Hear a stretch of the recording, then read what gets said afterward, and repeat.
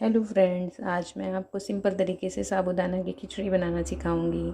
तो साबूदाना की खिचड़ी बनाने के लिए हमें चाहिए साबूदाना, आलू, टमाटर, धनिया, बारीक कटा हुआ मिर्ची,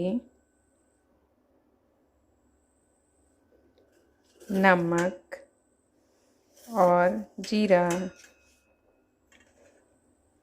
मैंने सेंधा नमक यूज़ किया है क्योंकि मैं फास्ट के लिए बनाऊंगी। मैंने 6 मिर्ची यूज़ की हुई है छोटी छोटी सी, और मैंने 6 आलू काटा हुआ है, और मैंने छोटे से 2 टमाटर यूज़ किए हैं और थोड़ा सा धनिया।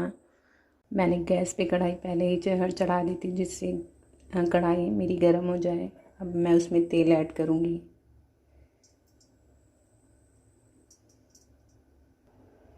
अब मैं इसमें जीरा ऐड कर दूँगी। हमारा जीरा थोड़ा सा भुन चुका है। अब मैं इसमें मिर्ची यूज करूँगी, रेड मिर्च, ग्रीन मिर्ची यूज करूँगी। मिर्ची पक जाने के बाद मैं इसमें टमाटर यूज़ करूँगी। देखिए मेरी मिर्ची पक गई है। अब मैं इसमें टमाटर ऐड कर दूँगी। अब मैं टमाटर को पकाऊँगी थोड़ी देर तक। मेरा टमाटर खूब हो चुका है। अब मैं इसमें साबूदाना डाल दूँगी, जो मैंने पहले से भिगो के रखा था, और कुछ ऐसे हो गया है ये। इसका पानी मैंने निकाल दिया था, फिर उसके बाद मैंने एक डब्बे में सील कर दिया था इसको। अब मैं इसमें डाल दे रही हूँ कढ़ाई में। अब मैं इसमें आलू ऐड करूँगी ऊपर से ऐसे ही।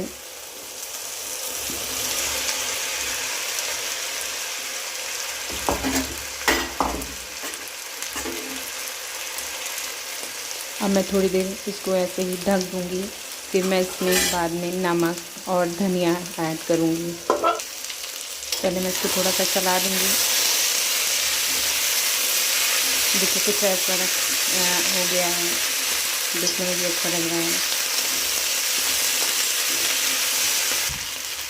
अब हम इसमें नमक यूज़ करेंगे।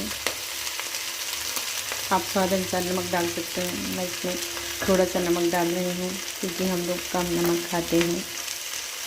अब हम थोड़ी देर इसको भूनेंगे जब तक ये थोड़ा सा रेडिश ना हो जाए। गैस को सिम करके हम इसको ढक के थोड़ी देर तक पकाएंगे ऐसे ही। हमारा साबूदाना पक चुका है। अब इसको हम थोड़ा सा इसमें धनिया डाल देंगे और ये गार्निश के लिए तैयार है।